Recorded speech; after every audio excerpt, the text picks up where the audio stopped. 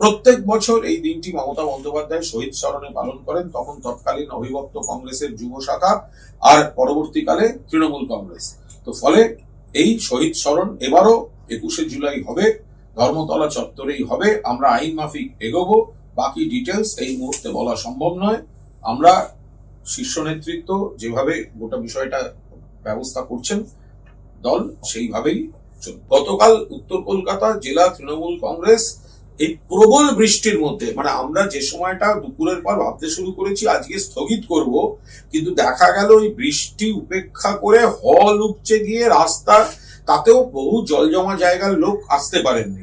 ফলে আমরা পুরো সভা হয়েছে এবং মমতা বন্দ্যোপাধ্যায় সেখানে একটা টেলিফোন ভাষণ দিয়েছেন। পুরো দস্তুর ভাবে সেখানে মানুষ, তৃণমূল কংগ্রেসের কর্মীরা তারা বলছেন আমরা বেঈমান নই, আমরা গদ্দার নই, हम लोग गद्दार नहीं है। তো সবাই মিলে মমতা বন্দ্যোপাধ্যায়ের পাশে আছেন। ফলে 21শে জুলাই সবাই থাকবেন। মমতা বন্দ্যোপাধ্যায় জেদের কথাটা বলেছেন যে যত গদ্দার চলে যেতে পারে, কিন্তু আমরা সভা করব এবং তৃণমূলটাই থাকবে।